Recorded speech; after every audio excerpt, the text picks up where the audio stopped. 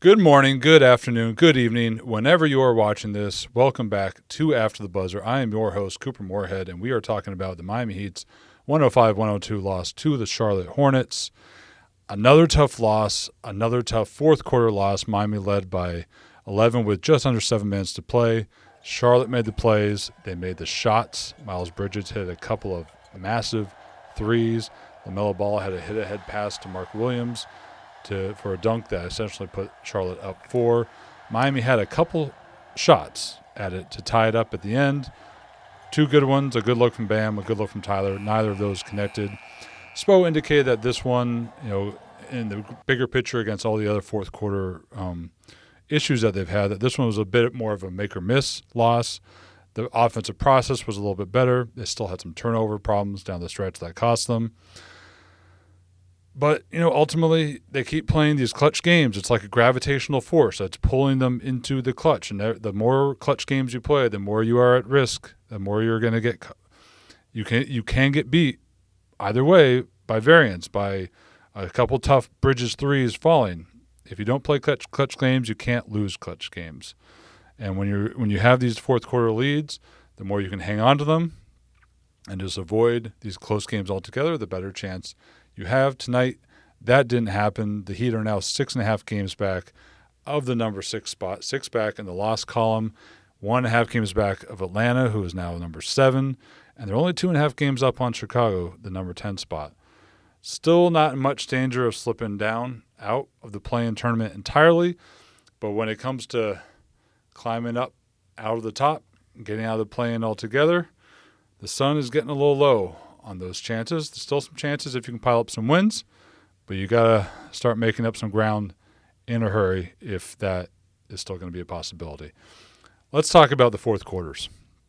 There's 2 parts of them. There's the offense, there's the rotations. We'll talk about the offense first. And it comes down to, look, the clutch offensive rating for this team for the season is 97.6. It's not great. This team has long relied on threes, even going beyond this year. Historically, they've relied a lot on threes, free throws when they can get them, depending on which personnel they have. They rely on their defense, creating offense for them in clutch situation. And whenever they can get, some Bam offense in the middle of the floor, that's been there too. But they take more clutch threes than any team in the league. 4.3 per clutch game. And obviously clutch minutes can be 1 minute, 2 or 3, depending on when clutch is activated. Since February 1st, they're shooting 22% on clutch threes. And when it comes to free throws, they're fairly low. They get to the line only 1.8 times per clutch game. And they have a high turnover rate. So you put it all together, and that's kind of it. You'd wish there was a more elegant solution. There was some big, great reveal, some schematic thing that's there, but a lot of it's just make or miss. It's threes, they're missing them. It's turnovers, they're making them, and they're not getting to the line very much. They don't have a sort of a foundational support, a safety net as far as the free throws come. So, look, when it comes to threes, some people get very grumpy about them. They say modern teams take too many threes. That's not what we're saying. Because the way teams defend the Heat is late in games especially, they pack the paint, they send a lot of help at Bam. If Tyler tries to get downhill, they send help at him. Teams do not want to get beat in the middle of the floor in late game situations, and they will collapse the paint on the Heat. Almost no matter who it is, they will even divert from their own philosophy late games to make sure that the paint is closed down. It's not like there's lobs, there's no dunks, there's no layups. Sometimes it's intermediate shots or it's threes, and if the threes are open, you have to take them. The fact that they're taking them is not the problem. It's just that they're not making them. Tonight they had a number of good opportunities. Duncan hit one, and it looked like he might hit another. Tyler had some shots. Bam had one in the corner. Bam hit one in the corner late when they were already down 4. But, look, so much of it is make or miss. Some people want to call it luck if you want. There is such thing as shooting luck. Nobody wants to hear that the Heat are losing these games because of bad luck. Obviously, that's not what we're saying. It's just that the lack of three-point shot making is the leading factor, if not the leading factor, a leading factor to a lot of these offensive issues in fourth quarters. There's no other way we can spell that out. Again, that's variance. Small sample sizes. You miss 2 threes. Miles Bridges makes 2 threes. You make 1 turnover. They capitalize. That's how you're down 4. If you hold a lead, if you can hold that stiff arm out and avoid clutch situations altogether, that's how you keep yourself away from risk. But being in the clutch situation, in general, you are at risk for variance. You got beat by the Bridges threes. You got beat by a couple turnovers. You got beat by the run-out Mark Williams dunk. That's what happened late in the game. And the offense was not good enough, even if the process, as Spoelstra said, was a little bit better. Now the rotation. If you hear me say that the rotation is one of their issues in fourth quarters, you probably expect me to say, as I've heard many other people say, I've seen comments, I've seen the stuff that's floating out there after every game, you probably expect me to join in. This guy should be playing that guy should be playing these minutes.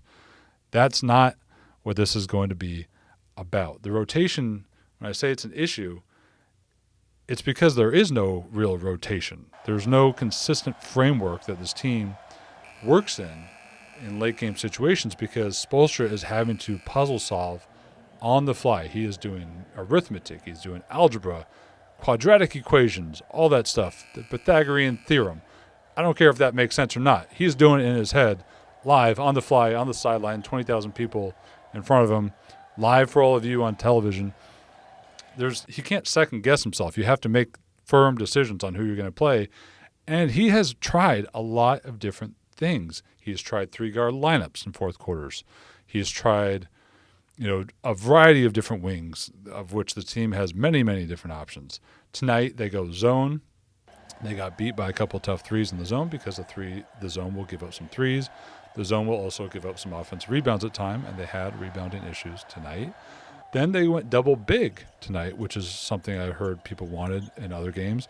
They go double big. They stay in the zone a little bit. The Hornets run some angle pick and rolls. Angle pick and rolls against the zone can basically turn it into what's essentially drop coverage for where the help is going to be. You don't have anybody to step up. You get an open pull-up 3. That's what beats you. And look, as Bam said tonight, there are 3 guys. There's 3 constants. There's Bam, there's Tyler, and when he's healthy, Andrew Wiggins is going to be in those closing lineups. The other 2 spots are situational. There's no firm grouping, right? Every night, if they're ahead, if they're behind, if they're playing a team that has this kind of personnel, a team that has that kind of personnel, whatever the situation is, there's no obvious answer. There's no silver bullet. There's no button you press and say that's going to work every single time, because that's not how basketball works.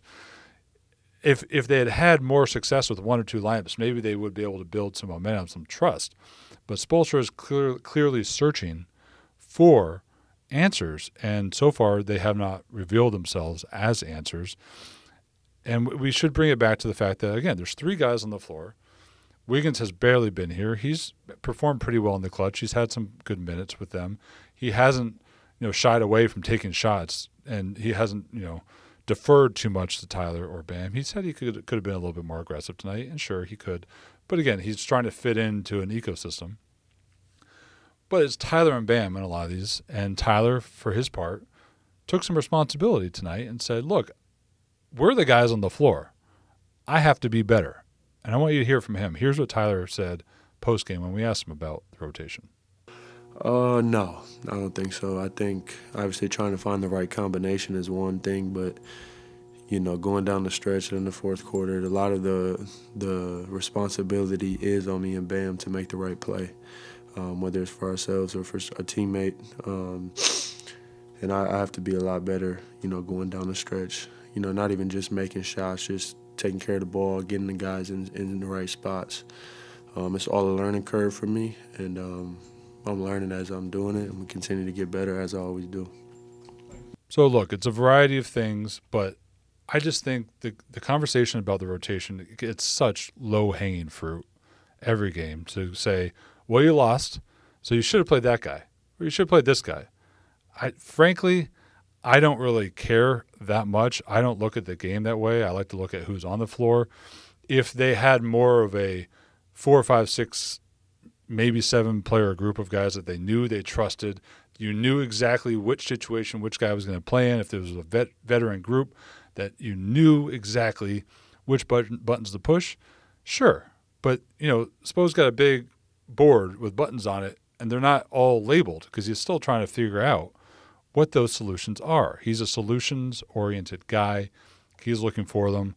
I think it can get a little boring when after every game. As frustrating as I understand fourth quarter losses are to people, there's more to talk about than just who's playing, who's not playing, because there's a lot of other things going on. And look, I'm not going to try and sugarcoat a loss like this, especially at this point of the season. No, you're in a playoff race. You want to try and win these games. Losing games when you're up double digits in the fourth quarter, it's nobody's idea of a good time. Coaching staff doesn't like it. Team doesn't like it, I guarantee you. I'm sure it's frustrating. They're trying to figure it out. There's a lot of fluidity. Everybody wants this to work. They just haven't been able to find the success that they've needed to, especially in the past couple of weeks. These are the games they're going to need to win. They've still got plenty left this season. There's another game coming up every other day, and then back-to-backs, and every other day, and then back-to-backs. The season will not let up until there are no more games left. They've got time to figure this out, to start putting some wins together, but they've got to find their late-game offense. They've got to find ways to hold their leads so you avoid clutch situations altogether. You avoid situations where percentages can beat you one way or the other. And hopefully along the way, if they can find some success, the rotation starts to come together, these lineups start to coalesce, and there's just a clear picture for everybody, a little bit more regularity, a little bit more of a trust level night to night in every kind of situation when things get tight. That's it for now. I'm Couper Moorhead, your host. This has been After the Buzzer. Thank you for joining us, and we will see you very soon. Take care.